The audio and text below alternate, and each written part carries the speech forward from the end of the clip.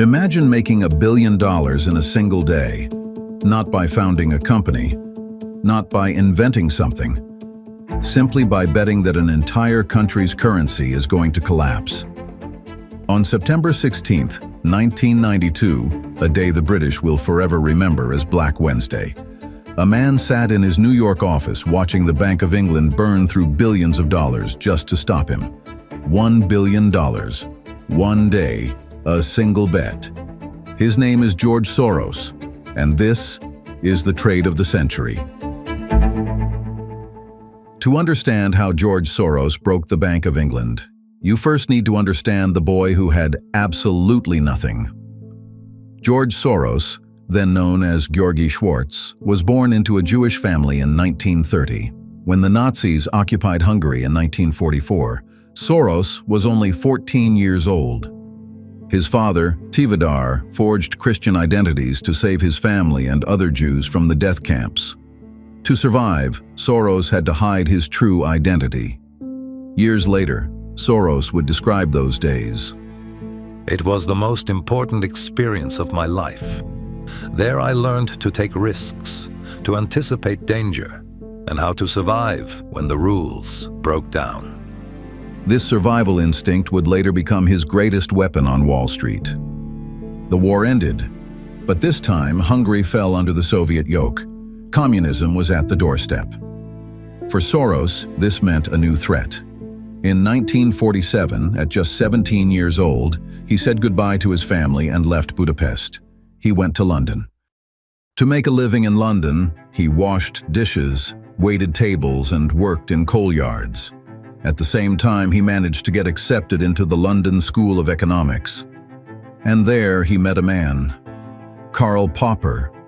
With his book, The Open Society and Its Enemies, Popper radically changed Soros's worldview. Popper's thesis was simple.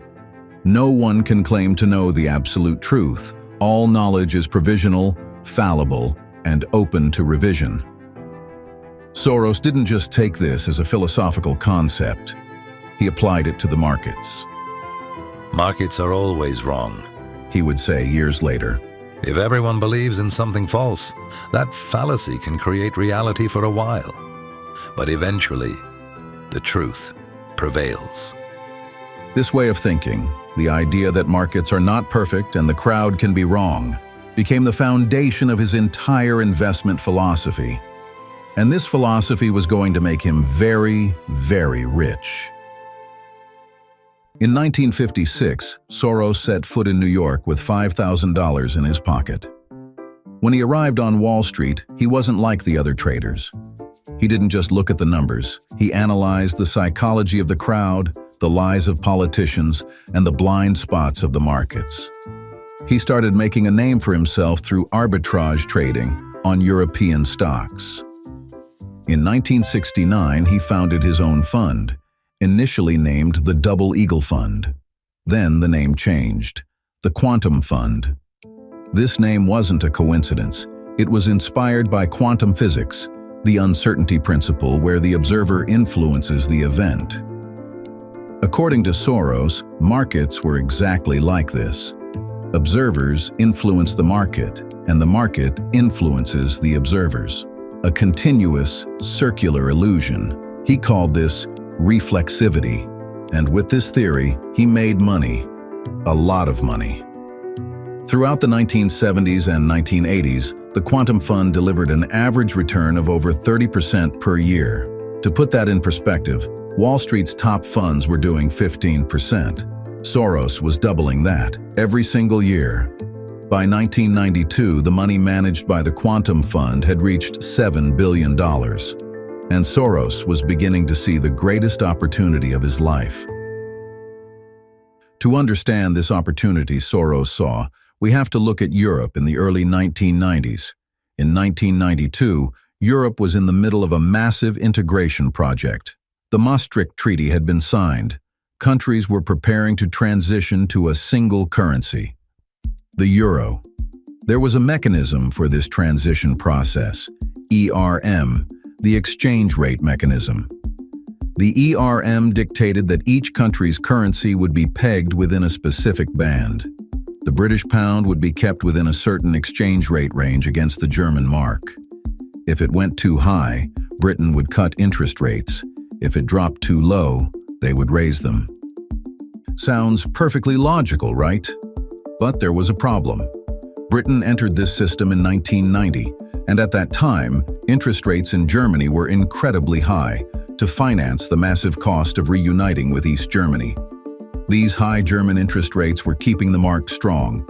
Britain, on the other hand, was facing the exact opposite situation. The economy was in a recession, unemployment was high.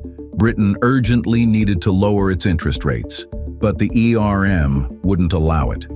Because if you cut interest rates, the pound weakens, falls out of its band, and you get kicked out of the ERM. This is the very dilemma Soros spotted, and he thought, Britain cannot sustain this situation. They will either be forced to raise interest rates, which would absolutely wreck the economy further, or they will have to crash out of the ERM. In both scenarios, the pound loses value. This wasn't just a guess. This wasn't speculation. It was mathematics. It was inevitable. The only question was, when? Soros knew that the Bank of England couldn't keep the pound artificially inflated forever. They would eventually run out of money. All he had to do was bet on the exact moment Britain would surrender. But how do you bet that a country's currency will lose its value?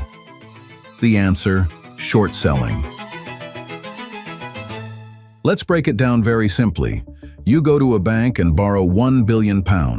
You instantly sell those pounds at the current high exchange rate and convert them into German marks. Then you wait.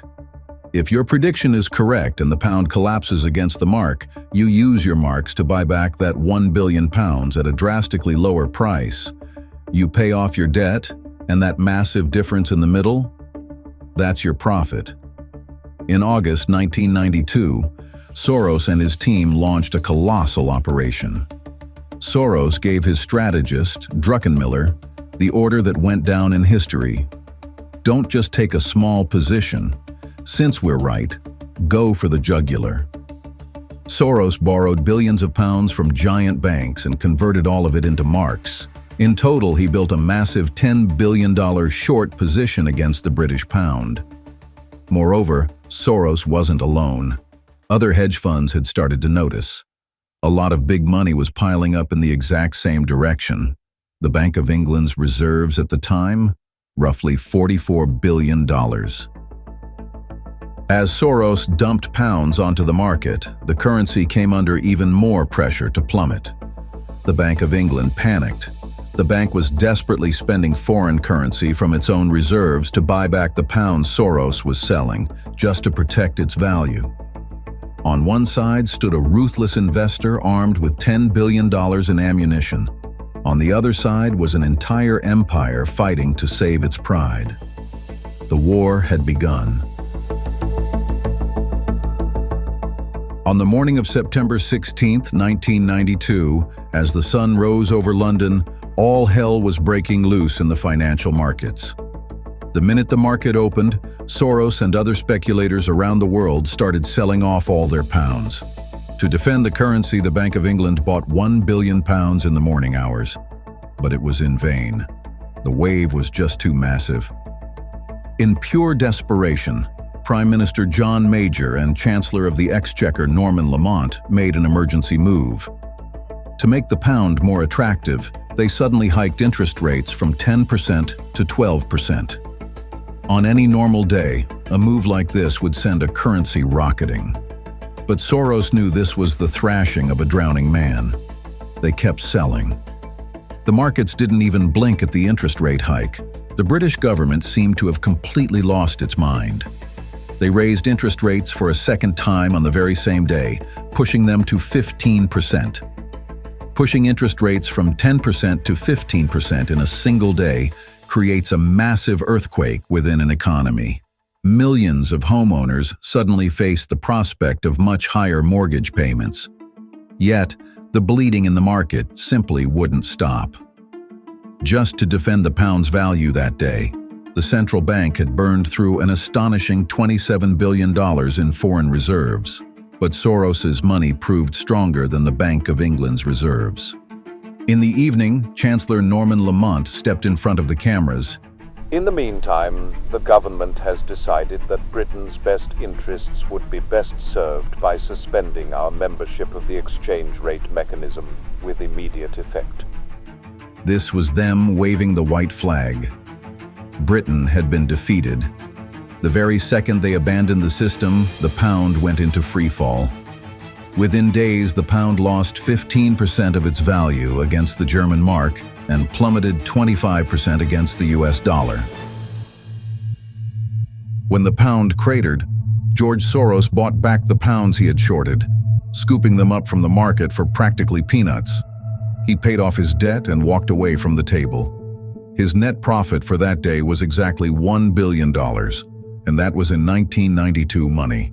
This monumental event earned him the title of the man who broke the Bank of England. Meanwhile, the British Treasury had lost billions of taxpayers' pounds in a single day. Interestingly enough, while this crash looked like an unmitigated disaster for Britain in the short term, it turned out to be the country's salvation in the long run. Finally freed from the heavy chains of the ERM, Britain drastically cut interest rates, exports surged, and the economy rapidly bounced back. In fact, many British economists actually refer to Black Wednesday as White Wednesday, because it ultimately rescued the country from a flawed economic policy. Was what George Soros did that day morale? To many British citizens, he was a ruthless predator who devastated their nation's economy just to line his own pockets. But to Soros, he was merely playing a game with established rules. The real culprits were the politicians who desperately tried to prop up a flawed, unsustainable system. Today, Soros's legendary move is taught on Wall Street as the perfect trade. It stands as the clearest historical lesson that even though politicians might write the rules, the final verdict in financial markets is always delivered by market dynamics and cold, hard math. If you enjoyed the video, don't forget to hit the like button and subscribe to the channel.